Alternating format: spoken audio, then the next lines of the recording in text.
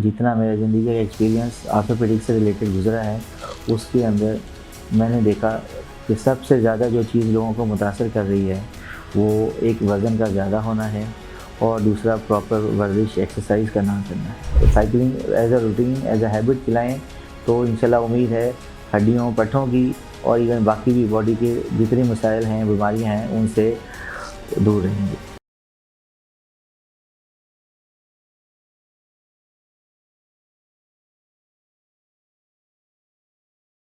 अस्सलाम वालेकुम, मेरा नाम डॉक्टर आरिफ है और मैं आर्थोपेडिक के शोबे से ताल्लुक़ रखता हूँ।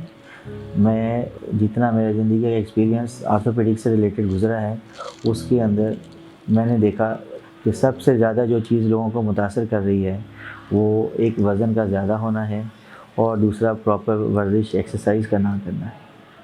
अगर आदमी अपनी ज़िंदगी में कुछ ना कुछ चीज़ें देखता है और जब पूरी ज़िंदगी का सम अप करता है, तो वो एक या दो चीज़ें ही निकलती हैं।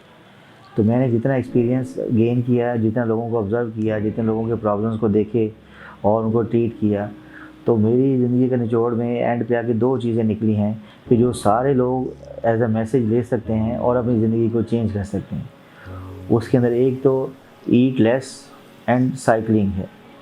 एक आप मुनासिब मकदार में ग़िज़ा खाएँ और नंबर 2 आप साइकिल को अपनी ज़िंदगी की हैबिट बना लें।